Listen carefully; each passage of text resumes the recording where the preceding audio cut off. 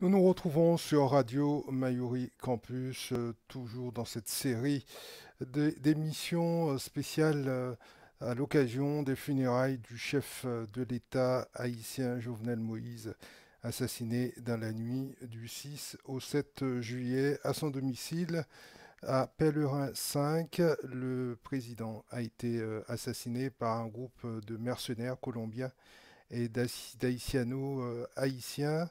Il aurait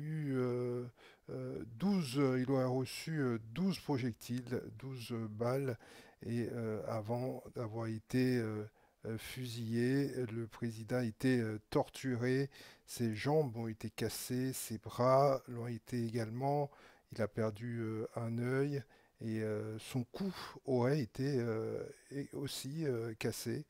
Donc des conditions atroces dans lesquelles le chef de l'État a trouvé la mort sans que ses 24 agents de sécurité, son équipe rapprochée, n'aient pu faire quoi que ce soit. Ils ont été désarmés par les assaillants qui étaient des anciens militaires aguerris.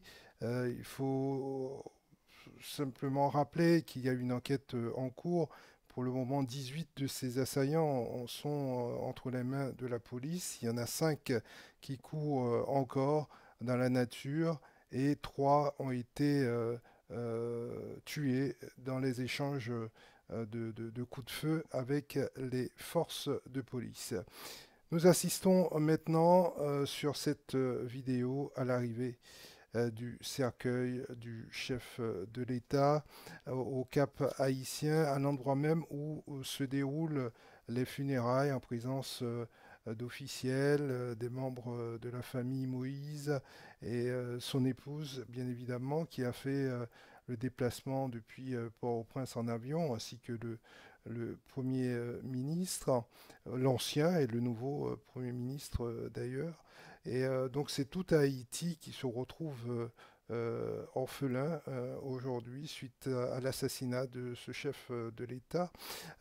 Rappelons qu'il y a eu dans l'histoire d'Haïti 5 assassinats de chefs d'État et eux tous étaient originaires du même endroit du nord d'Haïti. Je vais vous inviter à suivre cette vidéo, l'arrivée de la dépouille mortelle de Jovenel Moïse est un moment extrêmement dur pour les invités qui sont là et également pour les membres de la famille. Regardez ces images.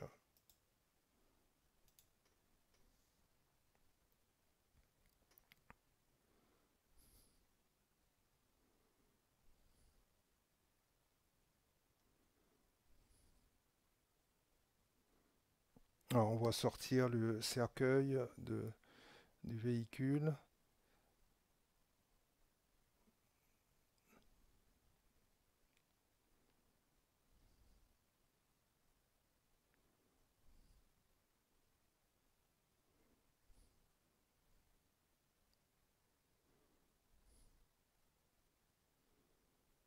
Le cercueil du chef de l'État va être déposé maintenant à l'endroit prévu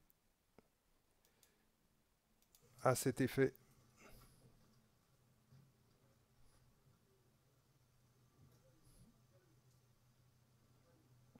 Beaucoup de confrères venus des régions du pays et de l'étranger pour couvrir ce funeste événement, malheureusement.